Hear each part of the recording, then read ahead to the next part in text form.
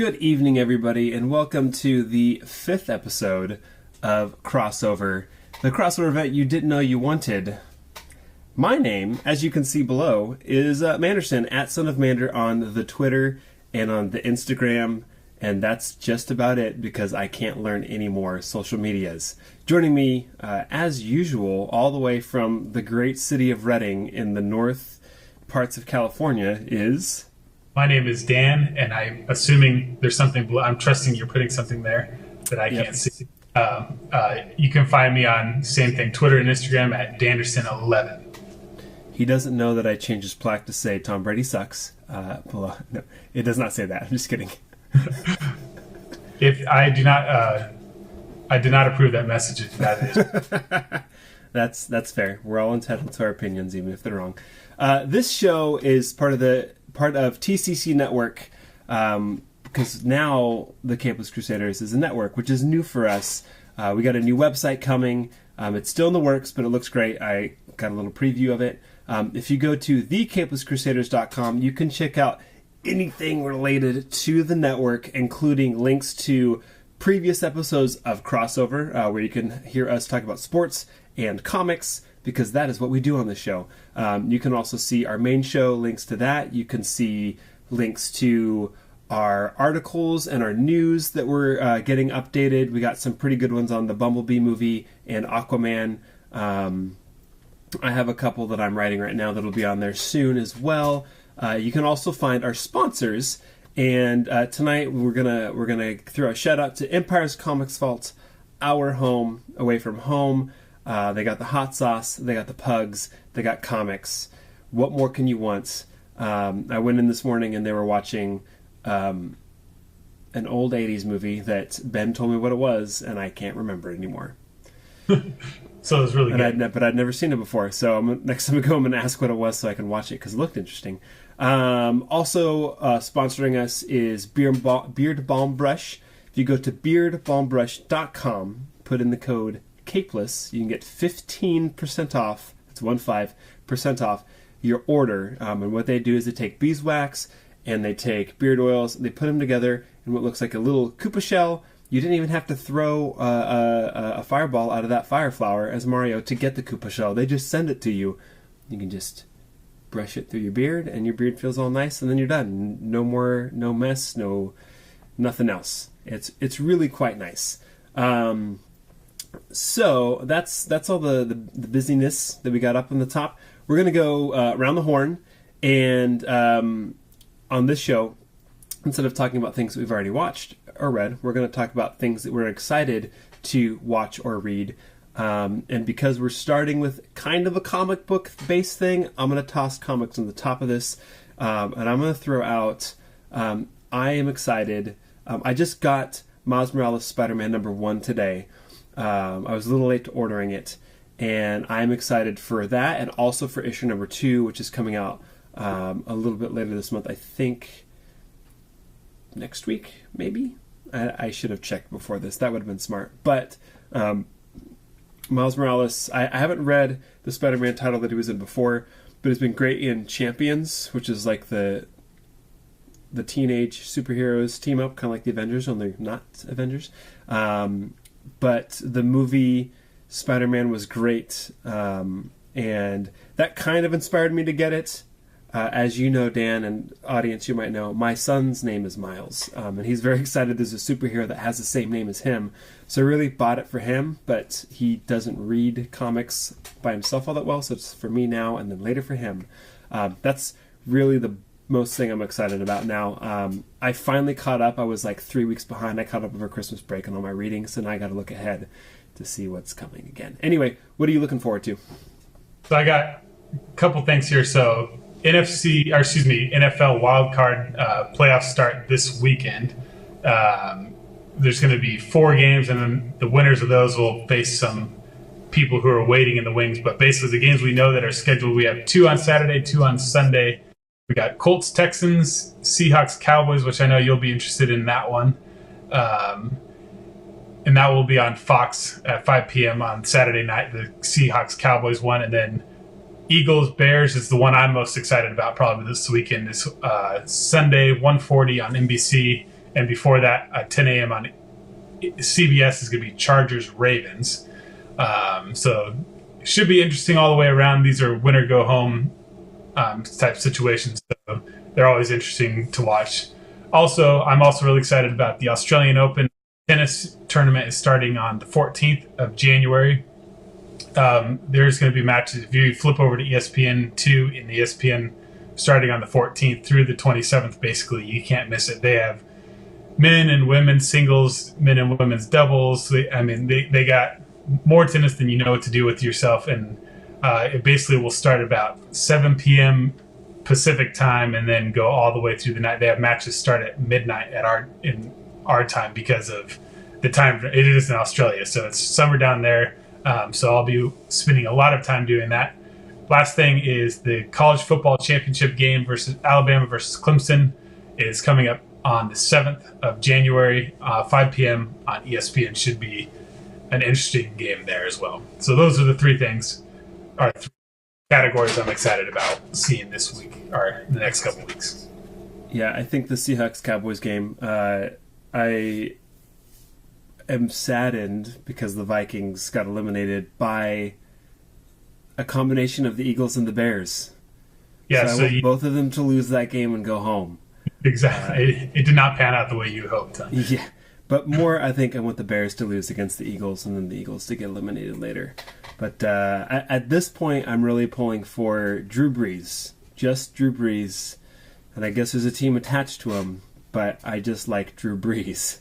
For those of you who don't know, the New Orleans Saints are attached to Drew Brees. So they have a first-round bye. So they'll face either the Eagles, Bears, Seahawks, Cowboys, depending on who wins what seed they get. So yeah, I think they had the best. If I'm not wrong, and correct me if I am, they had the best record in the league this year, right? The Chargers. Yeah, I mean not the Chargers. Rams in the NFC. Yeah. So okay, the Rams did pull out. I think last time I looked, maybe the Rams game hadn't finished, and so they kind of coasted at the end. So if I had to put money down, I would say the Saints, I think, are the best team. But I think the AFC side is wide open. If you told me any of these teams were going to win it, I would believe you. So it should be interesting. It'll be interesting to see who rises up. There's only really one team with a multitude of experience, and that's the Patriots and Tom Brady. So we'll see if they can rise up or if his age catches up to him. So yeah, what's Tom Brady's postseason record? So he's 27-10 in his career. He's won more postseason than. What's the combined record of every other quarterback in the playoffs? If you take everybody else and take their wins and losses, they have 25 wins and 21 losses. So he's quite accomplished, you could say. Yeah, as previously established on the show, I'm not a big fan of Tom Brady, but I will acknowledge that he is a fantastic quarterback and has done great things with the Patriots. If you're that stat just kind of cements that. If you're a Tom Brady supporter like I am, that is hopeful. Like, oh, look, he has way more experience. But if you're everybody else, you say his time has come to not be good anymore. It's time for somebody else. So we will see. All right, so let's get to the main topic. We're kind of diverging a little bit from our normal format. If you've watched before, we go back and forth assigning each other topics. Daniel will assign me a sporting event to watch, and I will assign Dan a comic book to read. And the show's still pretty young, so I guess we haven't really established that, but that's kind of the premise of the show. But this week, we thought that it would be fun and appropriate for us to cover the show being Crossover, for Crossover to cover the CW Crossover event that they do every December. They've been doing it since Flash Season 1. Back then it was just Flash and Arrow, so they had 2 episodes that crossed over. When Supergirl and Legends of Tomorrow got introduced, more shows got brought in. So we're going to cover that crossover, and this year it was called Elseworlds. They didn't include the Legends of Tomorrow this year, which I'm actually okay with. I like the last year. I thought it was good that they were there. It made sense. This year, I don't think it would have made as much sense. But they basically so back up just a little bit. Normally, if you watch the CW shows, you know that Supergirl's Sunday, Arrow's Monday, Flash is Tuesday. For the crossover event, they did Flash on Sunday, Arrow in the middle like normal, and Supergirl was on Tuesday. So the whole premise is they're changing roles. You start and Oliver Queen is the Flash, except for he's not Oliver Queen. He's actually Barry Allen, and shenanigans ensue from there. So I like that they started like the whole crossover switch up with let's just switch the shows, which was cute. They didn't have to do it. It didn't really change anything for the story either, I feel like. Right.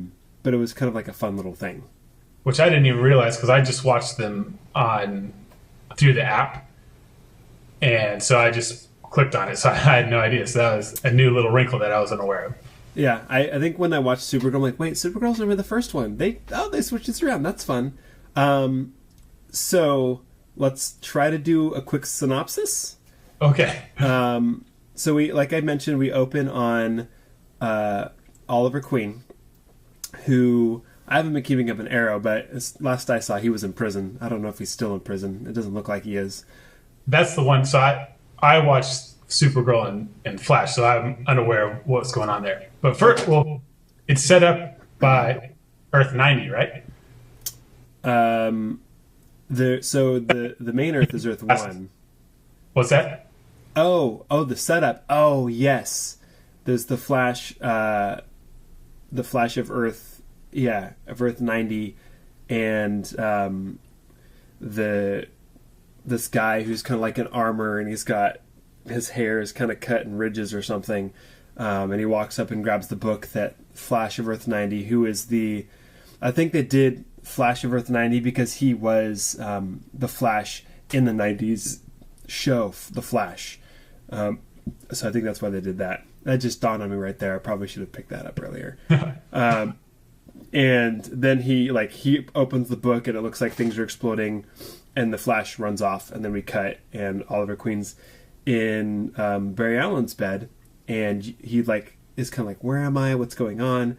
And then Iris West comes up and kisses him, and he's like freaking out, and you kind of get the picture that okay, they've somehow switched places, and he's like trying to figure out. Eventually, you see Barry Allen in Oliver Queen's role, and he's kind of getting his butt kicked by Diggle, and then realizes, wait, I'm the Green Arrow, and then he ends up winning the fight. At the end of that fight, Oliver Queen / Barry Allen, this is going to get confusing. We'll just say Oliver Queen is Stephen Amell, who actually plays Oliver Queen, and then Barry Allen is Gustafson. What's his first name? Justin. Grant Gustafson. We're just going to refer to him like that. So Green Arrow zooms in as the Flash. Oliver Queen, Flash, zooms in, grabs Barry Allen, Green Arrow, and Diggle, and runs him back. Diggle pukes, which is a trope. They do that all the time, which I appreciate that they brought it back. And they're like, okay, so you're me and I'm you, and they're figuring it out. They tell the team thinks that they tell Team Flash. Team Flash thinks they're crazy, locks them away together. They use their skills to break out together. They go to Earth 33, where they open with the Smallville theme song as they're zooming in on Smallville, and they have the Smallville set where the house and the barn were back in that show, but it's not Tom Welling. It's the new Superman. I think his last name was Lachlan or something like that. I can't remember his name. I was halfway expecting to see the Tom Welling. At first, I was like, oh, "This is getting," but I thought that was a nice touch. The little theme. I did too. And they bust through, and hey, who am I? Who is this? And Supergirl's like, well, you're Barry and you're Oliver, and she gets it right. And they're like, okay, great. We need you to come back to Earth 1. Things are going nuts. And so, and we meet Lois Lane. I think that's the first time. Is Lois Lane in Supergirl? Because I don't watch that either. No. Okay, so we meet Lois Lane. It's the first time we've met her, and she's like, all right, Smallville, go do your thing. So he joins Supergirl, jumps over to Earth 1, and they confront the scientist, I guess, backtrack, a psychotherapist is spewing crazy things, gets rejected. The guy who took the book shows up, gives him the book, and that's more or less what triggers it. They confront him. They somehow kind of right things, but not really. Like, it looks like they're on the right path. Mm-hmm. And they get pointed to Gotham. Oh no, I'm jumping way ahead. I'm doing a terrible job at this. I think, well, so when they get there, right, there's like that robot thing. So they defeat that. Like, Clark comes back and they all take it out together, and then Sis survives like the scene of that mysterious man with the book and this doctor guy or whoever this guy is in Gotham. We got to get to Gotham, and that's basically episode 1. That is episode 1, and then episode 2, Arrow. They head to Gotham, and it's the first time in the CW universe we've been to Gotham. Do you want to take episode 2? Sure, let's see if I can. So basically, that opens up. So they're in Gotham. Barry, Oliver, and Kara, they're all in like street clothes now. They're not in their super proud. They get in a fight with some thugs and get thrown in jail. And so they're all sitting there trying to figure out what's the next step. And then they get bailed out by who they think is Bruce Wayne. They're not exactly sure what's going on. It turns out it's Kate Kane, who's living in an abandoned Wayne Tower or something, whatever. It's a Wayne-owned building.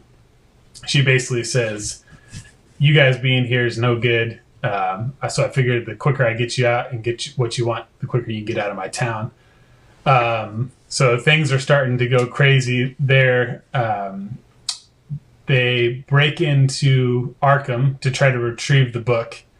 And during that whole sequence, Alan and Queen are exposed to like the scarecrow gas, I guess, from the movie Scarecrow. So they're like hallucinating and things are going crazy. And Kate Kane turns out to be Batwoman and comes and saves the day and basically saves them from like a breakout of Arkham and saves the day there.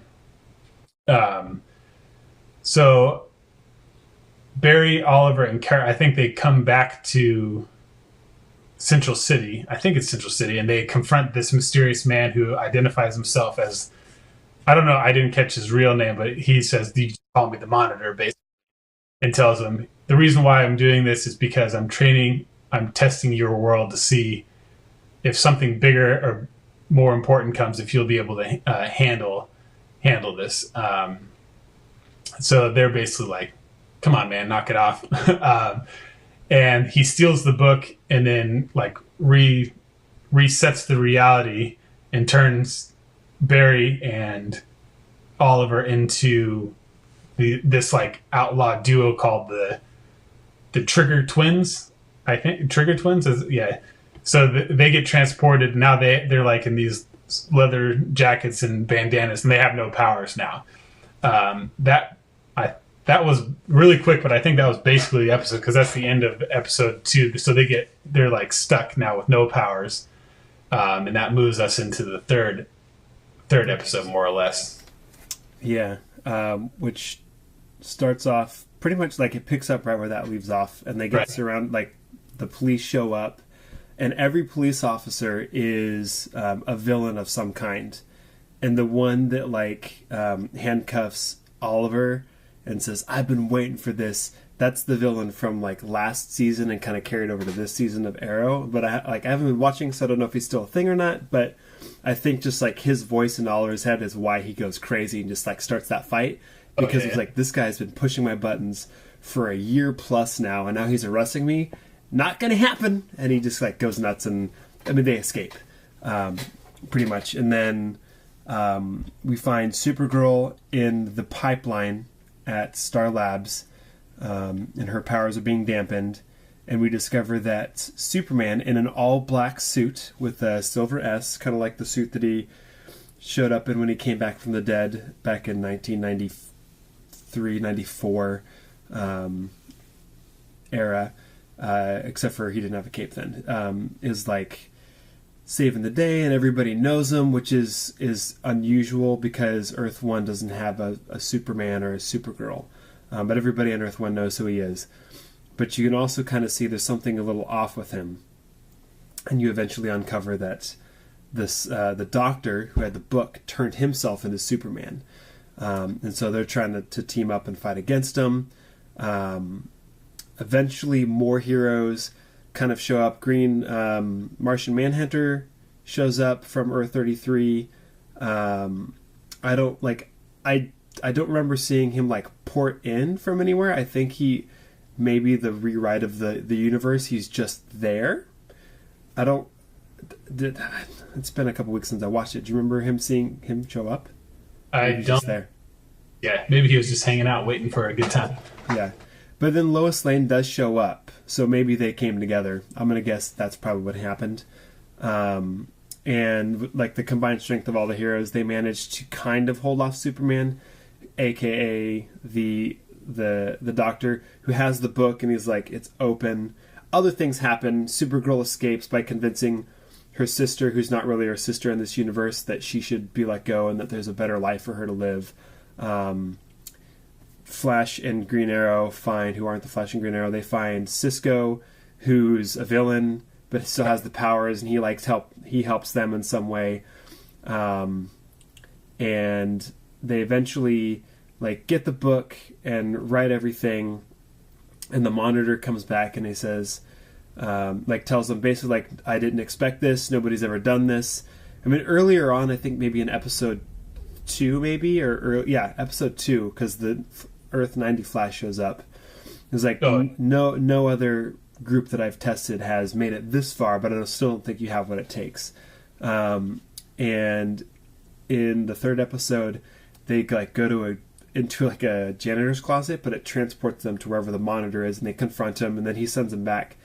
And then Oliver later goes and like yells at this door, which when he opens it doesn't lead to anywhere, and eventually goes in, and he makes some kind of deal, but we don't know what that deal is. Yeah. And then everything kind of gets righted. And it looks like he uses a kryptonite arrow to shoot at the fake Superman. Is that what that looked like to you? Well, I gathered whatever deal he worked out, the Monitor gave him some sort of supercharged arrow to take the book out. So he basically shoots the arrow at the book and basically restores reality to how we know it. Yeah. Supergirl and all them go back to their world, and everybody seems honky-dory. And then at the end, it says, coming December 2019, Crisis on Infinite Earths. Is what I believe is what it said. Yeah, something like that. Yeah. And so basically that doctor who was transformed himself, he's now heavily disfigured in a cell, and he's next to, maybe you know who this is, some masked man. Yeah. They have some sort of plan that doesn't appear to be on the up and up, to say the least. Yeah, so the mask guy, he has a golden mask, which somehow he has in Arkham, but when the Arkham Breakout he puts the mask on, and as soon as I saw that mask, I thought to myself, oh, that's Psycho Pirate. And I think that later that confirms, like the Crisis on Infinite Earth and him being there at the end confirms that that's Psycho Pirate. And Psycho Pirate played a pretty big role in the 1980s run of Infinite Crisis, which was like the first big, first big crossover event that impacted the entire DC universe. They went to different Earths, and they discovered that Earths were being destroyed, and it was basically a way for DC to reboot their universe. It was the first time they really did it, while incorporating different Earths into the story. So Psycho Pirate, he existed before that, but he played a pretty big role in that. And he's shown up more recently in Batman, the Rebirth, issues 1 through 12, I think maybe 1 through 18. He shows up pretty sporadically in there, which I thought was kind of funny. He's kind of the Crusaders' favorite villain to make fun of because he's got kind of a cool power set where when he has the mask on, he can basically say or think, you're going to feel this. And you feel that until he tells you not to. But his outfit in the comics and his name is just kind of like, it's kind of a ridiculous outfit, but his power set's kind of freaky. So That's who that guy is. Interesting. So is that, I'm led to believe that's the next crossover event, or is this going to be a new show? Like, that's what I first thought. Oh, this must be a new show coming in the fall or something. Or is this I think it's the next crossover event. And having read Infinite Crisis, or Crisis on Infinite Earth, not to be confused with the next Crisis, which was called Infinite Crisis, I'm really interested to see where they go. The guy who has the armor and like brings the book around, who calls himself the Monitor, he's also a big player in Crisis on Infinite Earths. He is basically, the Monitor tries to rally the heroes to combat the anti-Monitor who's trying to destroy the entire multiverse. So he's a pretty big player. So I think he's trying to find heroes who can help combat this destruction of the multiverse that he sees coming. Because he was not powerful enough to stop it in the comics. So I'm assuming that's what he's looking for there. So he's a pretty big player. He gets killed in that comic run, but of course nobody stays dead. I think he comes back later at some point. So cool. Also, so did this storyline have any basis in comic books, or is it a lot made up for the show? Or I think the idea probably came from the fact that on other Earths, there's always a Superman, there's always a Batman, there's always a Flash and a Green Arrow, there's always these heroes, but it's not always exactly the same. So I think they probably got the idea from that and feeding that into Crisis on Infinite Earths. I have a feeling that this was more of like, let's do this crossover event, let's set up something really exciting for next year. And I thought this one was pretty good, not as good as the year before, the Crisis on Earth X from last year. But as far as I know, there wasn't any like comic book run where Barry Allen was Green Arrow. There may be an Earth where he is the Green Arrow, and Oliver Queen's the Flash, but that's not something that's been like written, and it's not like a big story. That what's coming next year is the kind of the big thing they're pulling from comics. Yeah, interesting. The other, so I just wrote a bunch of questions. I'm running down these in case you want. So there's a couple times it seemed like, I don't know if it was just the way it was written, but a couple times it was like, okay, they're fighting, like the robot in episode 1, they're fighting, and all of a sudden it seemed like Batman or Superman, had to finish the job off. Like, so is he stronger? Like, is he stronger than Supergirl, or does it just happen to be that way, or is there any? That's an interesting question to ask. I think in like one of the episodes of Supergirl, they kind of established that she, in the CW universe, she's supposed to be stronger than he is. I vaguely remember that. And they kind of like every now and again reference in the comics like maybe she has the potential to be stronger than Superman. But in DC Comics, the main three are Batman, Superman, Wonder Woman. So there's like, when it comes down to it, nobody's going to beat those three, especially if they're together. So if it came down to like a brawl between Clark and Kara, Clark's probably going to win in the comics, but I think in the CW universe, ultimately they're both Kryptonian. They probably really power level out evenly would be my guess. I think it just depends on the purpose of the character. Like Superman he's the superhero that kicked everything off for everybody superhero related. So he's never going to be defeated by his cousin just because of that. He's one of their flagship characters.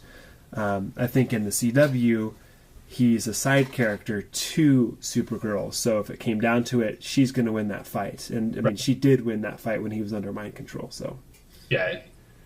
And then, so when we did make it to Gotham, Supergirl and Flash are there. They're talking about Batman as if it's like this urban legend. They're not sure if he. Now, my thought is in the Justice League, they would have had to encounter. Like, we're at a point where Batman has left. He's almost done with his time. So at this point, shouldn't he have? Is this a result of the timeline being shifted or the reality being shifted? But I thought they should know who he is, right? They fought in the Justice League with him, but so that was curious to me. Yeah, I think this is another one of those like CW things where they have this continuity that they've built, and then they're starting to plug in these other pieces. So yeah, you get the sense that Batman's been around, and he's at least been an urban legend for a while. And then 6 years ago now, Oliver Queen shows up and becomes Green Arrow, and that kind of kickstarts the CW universe that we're experiencing. Flash comes along, Supergirl, but she's also on Earth 33, the Legends, like there's other characters that are there now. And now that they're like, well, let's go to Gotham, they have to, in order to viably introduce Batwoman, they have to say Batman existed, because she wouldn't really exist without him. And so I kind of like the way that they play, like Oliver Queen's like, no, he's an urban legend. He doesn't really exist. And he's like, in his head, I'm the original vigilante. There's not a Batman. I did it first. And then as you realize, like, oh, I didn't really do it first. Okay. But Barry Allen's just like, Batman really exists? This is awesome. Where's the Batcave? Let's go do all this stuff. He's like geeking out on it, which was kind of fun. So in the comics, for sure, they definitely know who he is. I think in this, he was around 15 years before they existed and retired, before they became the character, the people that they are now. And then, so also in that world, so we meet Kate Kane, who's Batwoman. Uh-huh. And I thought, and I only know this because my daughter's reading DC superhero girls and things. I thought that was, isn't that Barbara Gordon? I thought it was Batwoman. So there's a lot of Bat people. Batman, which is well known. There's so Batwoman, and then there's a Batgirl. Batgirl is Barbara Gordon. And Batgirl is probably the more well-known character out of the two. Batwoman has been Kate Kane for a while. I think if you go like way back into the annals of DC, when they were like, we have all these male characters, let's introduce female counterparts. Kate Kane was introduced at one point as a Bat person way back in the day, and if I remember reading correctly, and it's been a while since I read the article on it, she was introduced as Batgirl. And then later they came back and reintroduced the character, but it was Barbara Gordon, and other people have played Batgirl, a couple of different people besides Barbara Gordon. But they brought Kate Kane back in as Batwoman, and Kate Kane, and they allude to it, I think they flat out say it, she is Bruce's cousin. In the comics, she is, her father is a general in the army, and she joins the army following him, gets a ton of training, special forces, like, she's pretty BA, and then gets hurt, has to retire basically, go live civilian life, but can't live civilian life, so she starts more or less stalking Batman, not knowing that it's really Bruce Wayne, trying to figure out who is Batman, because I want to train with him to be a Bat person. And then eventually they kind of figure it out, but Bruce rejects her, and she kind of goes off on her own. She comes into the fold and kind of goes out and in and all that kind of stuff. She's a lot more ruthless than Batman is. She's more willing to literally in one book pull the trigger when necessary. So next question was, so as the realities are changing, nobody seems to know who they are except for the main cast here. So I thought that was cute, because especially what got me thinking about was when Kara is talking to Alex, And she's like, no, I have no sister. I don't know what you're talking about. But they, like, even though they're different people, they still know who they are, but everybody else doesn't realize it. Two questions. Is that, why is that? And secondly, is that if the doctor or whoever, he's changing reality, couldn't he have just saved reality if he would have changed their minds too, and they didn't know who they were, and they would have just been stuck in, like, Kara would have been stuck in that forever. She didn't know she really was Supergirl, or Yeah. is that just a story? That's a great question, and I probably the real answer is it made for a lot of funny moments between Barry and Oliver when they had switched positions. But it also, like, if they didn't know that they had switched places, there wouldn't be a story. Right. Yeah. I think probably, like, in the actual universe, the reasoning is probably going to be that the villain, the Doctor, who I did actually a little bit of research, he's based off of a character called Dr. Destiny. And that's as much research as I did. But so he's based off a character that does exist in DC Comics as well.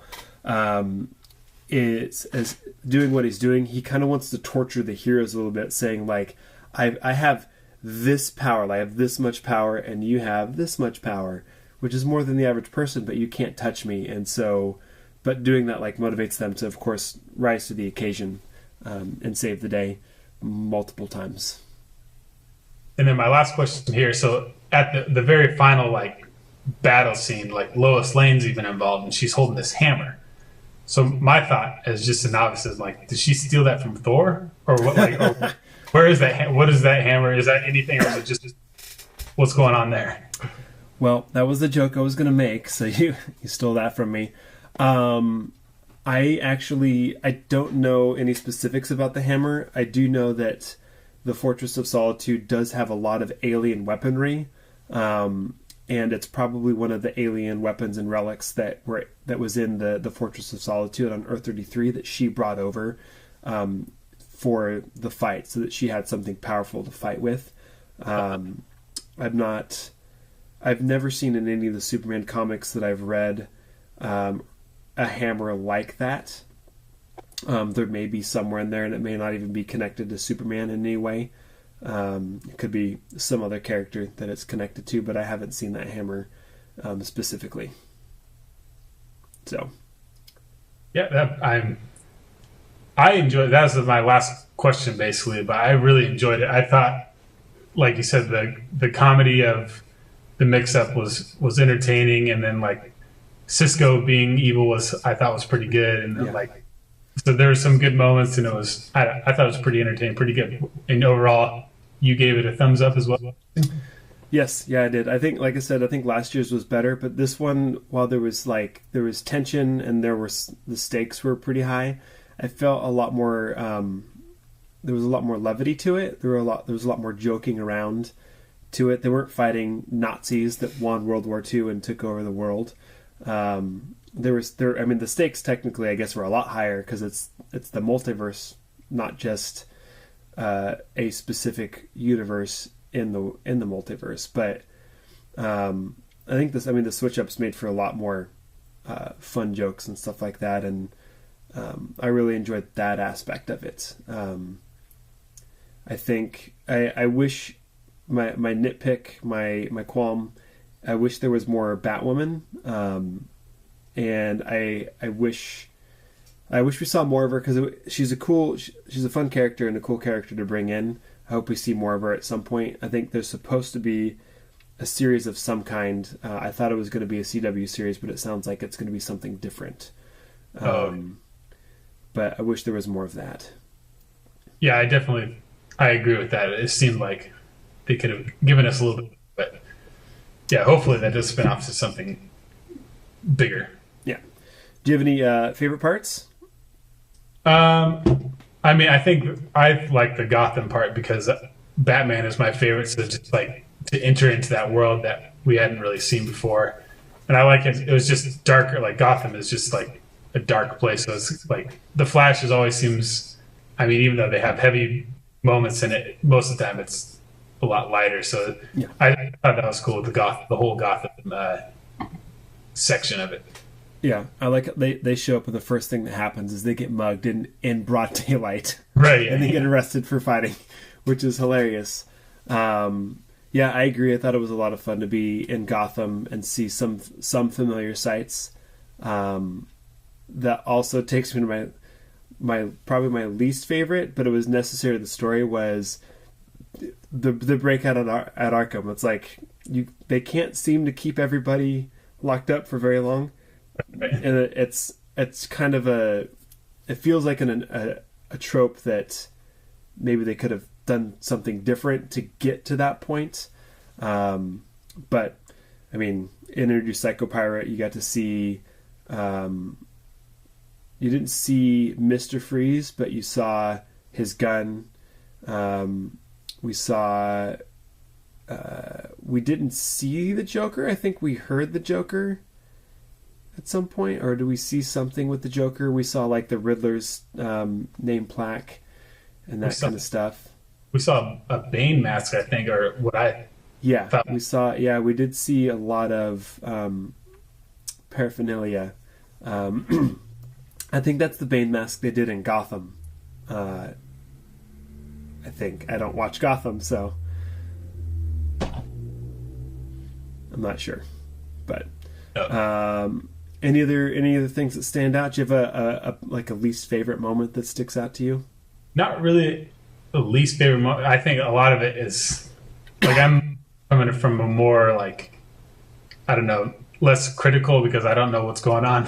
You have a little bit more background. So to me, I mean, every scene to me served a purpose or seemed to move the storyline, served a purpose. So there wasn't one that I was like, oh, I can't believe they're going here with that, or so yeah, I can really pick out a least favorite moment. I don't think. And I mean, I don't mean to say that the Arkham breakout didn't serve a purpose, because I feel like it did. It was just like, oh, I've read this and seen this a couple times before, so it's kind of predictable. But I can see for somebody who doesn't read comics at all or all that much, it'd be like, oh, this is a lot of fun.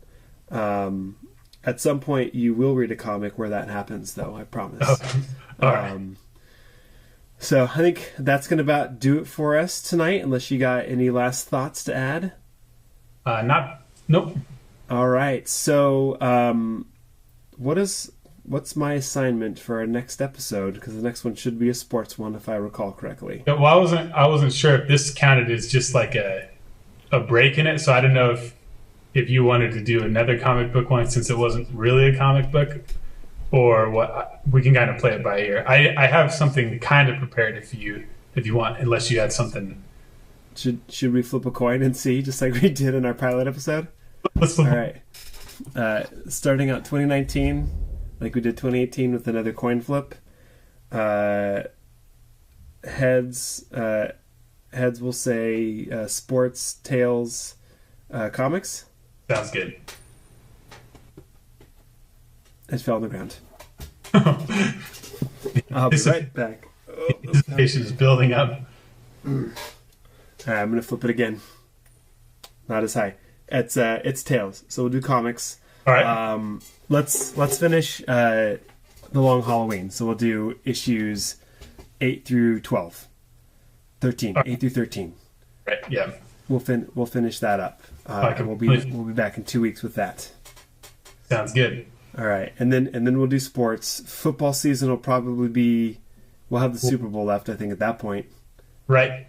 Yeah, the Super Bowl coming right around the corner. Yeah. Yeah. So we'll probably have a football game next. Although I probably will watch the Super Bowl regardless of who's in it.